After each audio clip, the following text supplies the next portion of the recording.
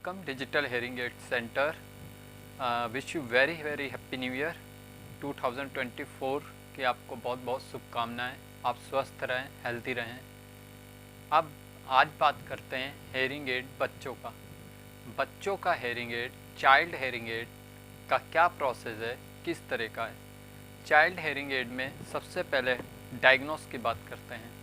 Child hearing aid बच्चों के जो ऊंचा सुनने का प्रॉब्लम है वो आपका ईएनटी सर्जन या ऑडियोलॉजिस्ट से कंसल्ट करें। एक अच्छे ऑडियोलॉजिस्ट या डॉक्टर से कंसल्ट करने के बाद आपका बेरा टेस्ट होता है। बच्चों में अक्सर बेरा टेस्ट होता है या फिर एसएसआर होता है। उस टेस्ट के द्वारा पता चलता है कि आपके बच्चे को कितना हेयरिंग लॉस है। हेयरिंग लॉस डायग्नोस होने के बाद अगर आपका हेयरिंग लॉस सीवियर 60, 90, 70 आता है तो हेयरिंग एड रिकमेंडेड होता है।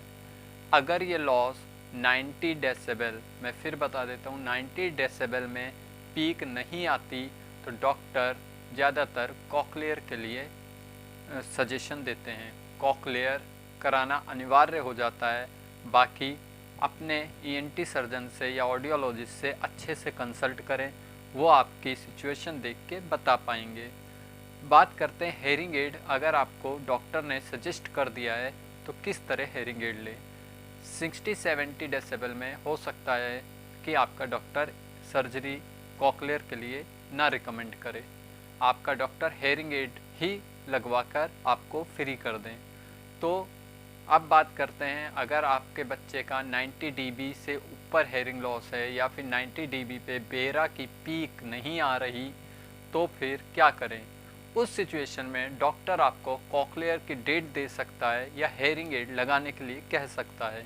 अब आप कहेंगे 90 पे साउंड नहीं आ रहा तो हेयरिंग एड क्यों लगवाने को कहता है।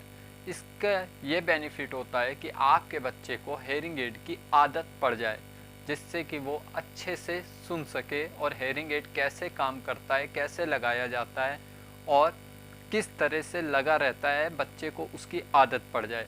क्योंकि अगर डॉक्टर कॉकलियर सर्जरी करता है और तब हेयरिंग एड लगाता है और बच्चे को उसकी आदत नहीं है तो बच्चा कॉकलियर हेयरिंग एड जो कि महंगा आता है, 5-6 लाख, 7 लाख, 8 लाख तक आता है, उसको निकाल के फेंक देगा।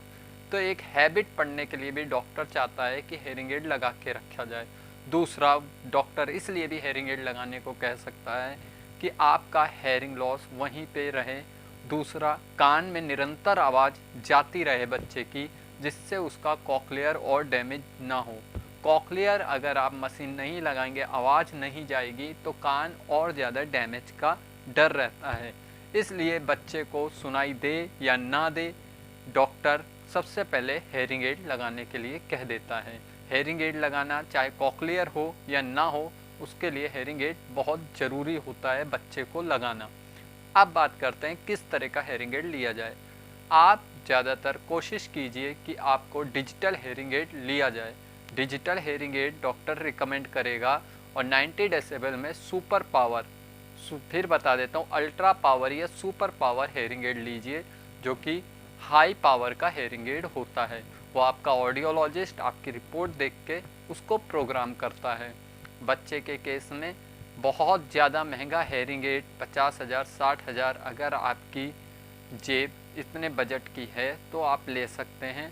बाकी एक अच्छा हेयरिंग एड 8 से 10,000 रुपये सिंगल ईयर में डिजिटल हेयरिंग एड आ जाता है।